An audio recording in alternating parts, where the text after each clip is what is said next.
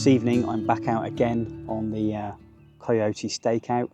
So this is my, I think, 12th or 14th session now, evening session from kind of like from 4 o'clock till kind of dark.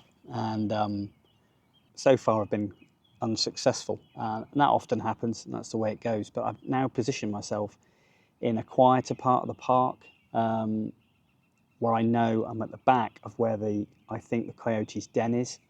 There's a massive area of grass here. It's not as busy. Come evening time, over the other side, there's a concrete path that people come through on, and they're constantly walking through. So I'm thinking the coyotes are less likely to come out and hunt early on because of the fact there's so many people walking past with dogs. So this part of the park is just open fields, quite undulating terrain, and with no concrete path going through. So people like to take the easy option and just stick to the path. So I'm hoping, I'm right on the just on the outskirts here. I've got woodpeckers, northern flickers, and all sorts of stuff alarming around me, bird song and aircraft. But I'm on this fringes of the woodland here, and literally I know where they are in there, and I'm hoping if I sit tight here against this hedge line, I'm not camouflaging myself massively, not hiding it, putting some scrim over.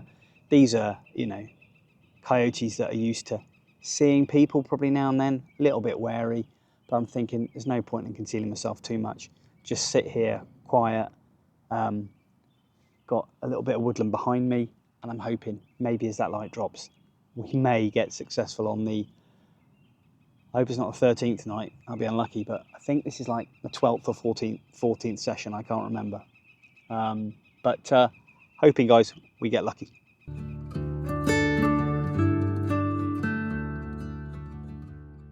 So guys, I've got the tripod set up tonight, just in case I get that chance of the light dropping completely when there's no stills possible, and I can then still do a little bit of video. So I've got the 500 f4 on the R3 full frame, and in the bag I've got the Canon 1DX Mark III with the 300 2.8. If that light really does get low, I can switch to that. And the DX3 is obviously really good in low light, as is the R3. So probably not going to see anything. And I was just walking in here, and I was coming up the lane, and there was a Cooper's hawk male in the tree, like literally, I don't know, 20, 30 foot, and the camera was off, the hood was on, and I didn't have any exposure compensation on, so I took the hood off, got the camera up there. It was going to shoot, it was going to be dark, I need to overexpose a little bit, and it flew off, but still, nice to see it. And I sort of tracked off down the track, trying to think, it may have just perched up somewhere else a little bit further down, but no, completely vanished. But still, can't win them all. But God, constantly alarming. So that's the northern flicker, guys. Beautiful bird, absolutely lovely, but so noisy. Right, back to it.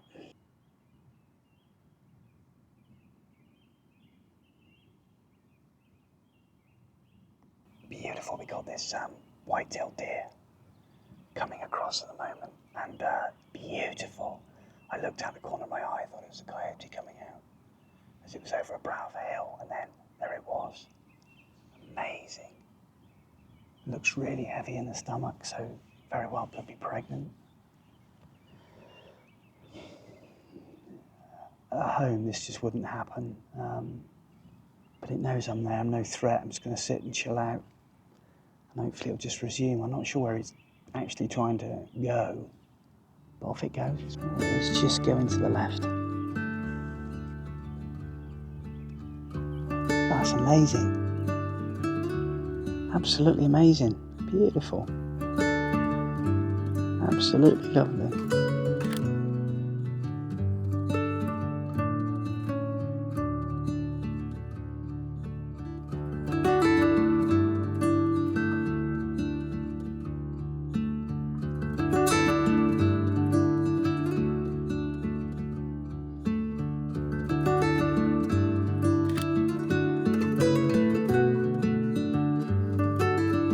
So guys, I looked into photographing coyotes, hints and tips as you do, reading some people's blog posts and stuff.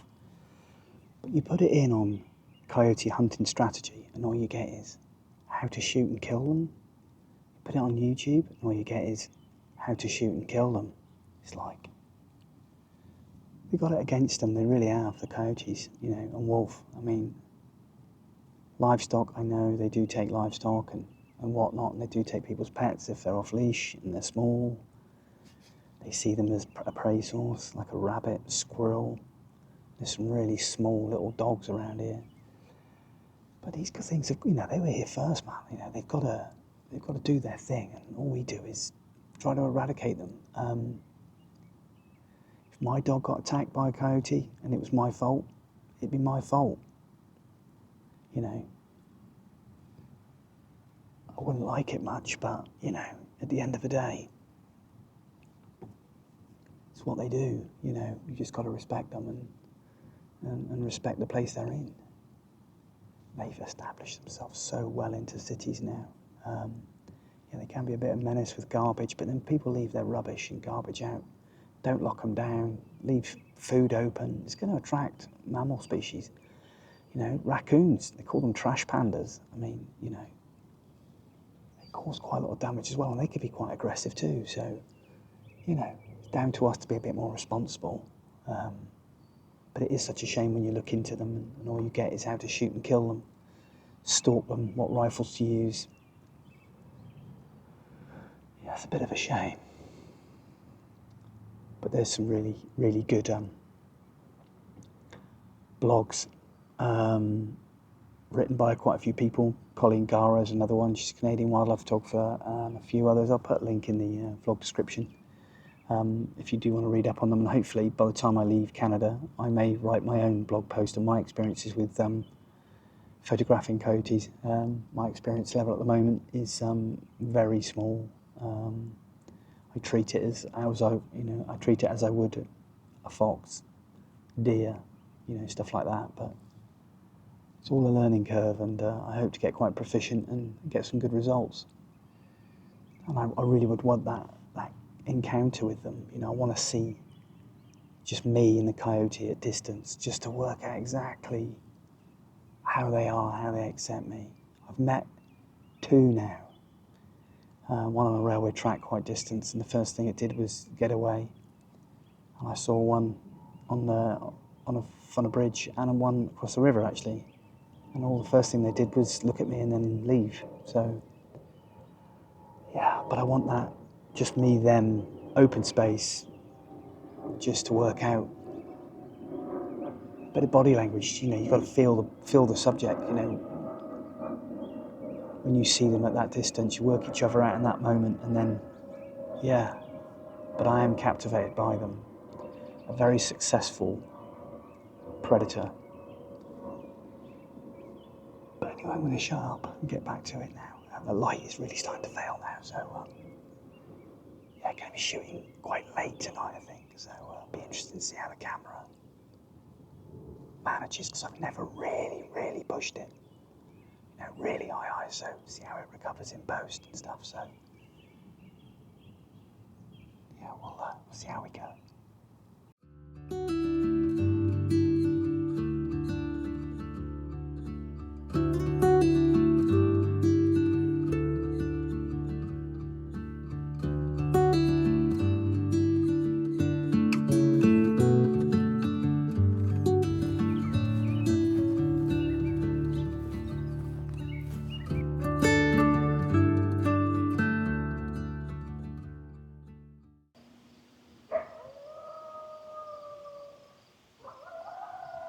Wow, this sounds like coyotes.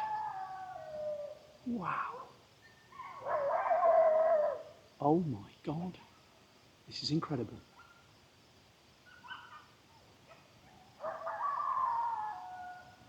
God, it's incredible.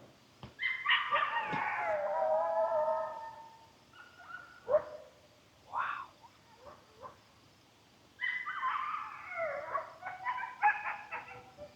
Oh my God, that's incredible. That's incredible. Oh my God, that's incredible.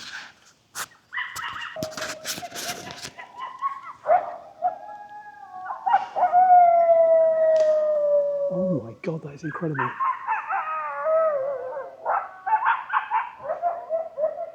Wow. Oh my God. What is going on here? God, it's incredible. Oh my God. It's going like the clappers. Oh my God. Wow.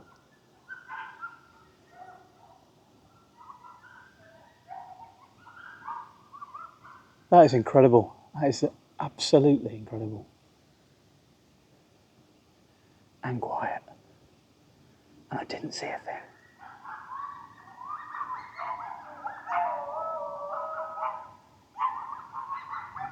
Oh my God, it's incredible. Absolutely incredible.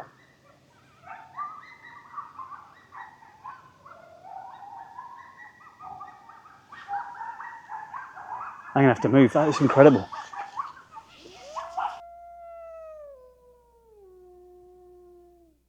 So guys, welcome back again for another Coyote session. This is the 17th. I think if I do any more than this, I think I'll just drop the numbers and just keep it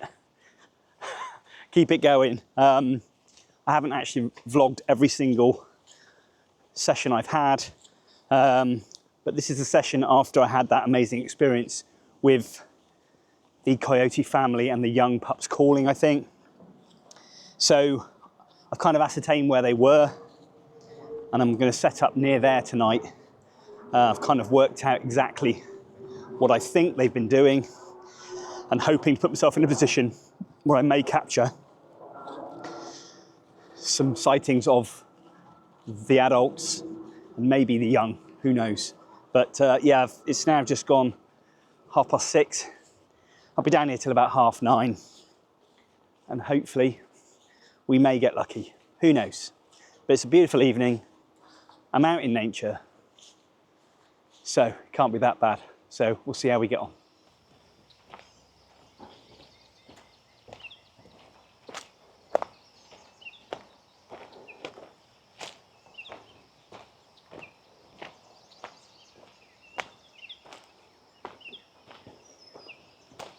So guys, got to bear in mind as well, the coyote's got one hell of a sense of smell, as you can imagine. I think they can smell humans from up to a mile away, which is considerable. And we've got 5 million receptors in our nose to pick up smell. They've got 220 million in their nose. So clearly an advantage there, being able to smell that much better. So you've got to be mindful today of the wind direction. Although this is a park, there's people around, the scent will be all over the place. So they shouldn't be as bothered as some coyotes and stuff would be if you were in the middle of nowhere. So I've just got to be mindful though of, it could be anywhere in here. As much as I'd like to get myself a position in here, it's too dark, it's too much clutter. So I'm going to get myself out in the open space that I've been to before, just sit there, bide my luck, and hopefully we'll get lucky. So guys, as you can see over there, we've got some massive tents. That is the Great Canadian Bake Off tent. And I think the contestants are over there at the moment, sitting outside on the veranda with a cup of tea or coffee, eating some cake. So this is a public area. They've got security over there, so who knows, I might get questioned about what I'm doing here with a tripod and a large lens.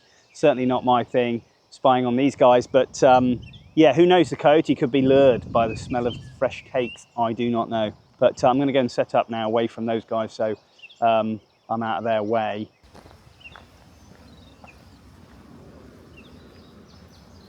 So guys, I've finally found a spot to go. You can hear those frogs in the back there calling away. Beautiful sound. It gets really, really loud later on in the evening. So I've positioned myself here where I've seen the coyotes come down along kind of like the riverbank. It's pretty hot up there. It's been boiling hot today. My betting is they're going to come down for a drink at some point. Hopefully, one of the first things they do, they come out to hunt in here as well. So I've seen them here twice, and I've also seen them on my trail cameras as well. So I'm going to try here and a new spot. I was going to stay up in the field edge, but the great Canadian bake-off crew and contestants are all having tea and cake out front, and something's probably not going to turn up there either. So unless those coyotes are pretty tame and they come up to the tent, but so yeah, I'm just going to stick here for a bit, and hopefully I'll get a shot of something coming along the riverbank. It's really dark in here. I'm shooting with the EF 200 to 400 with the 1.4 telly, so I can use 200 to 400 at f4, and hopefully I'll get lucky. I really don't think it's going to happen, but you just never know. You've just got to keep going, really, and hope for the best. And my betting is they're going to come down for a drink, and this is where I've seen them before, so give it a go, see how it goes.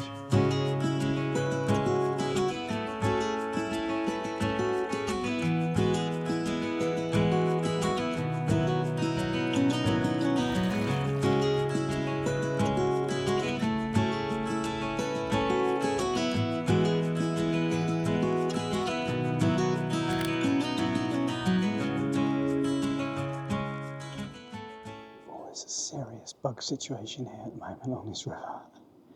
You might not be able to see them, but there's a lot of bugs, and I cannot believe the explosion of vegetation over there in 3 or 4 days is phenomenal. I would say there's probably 2 foot of growth at least.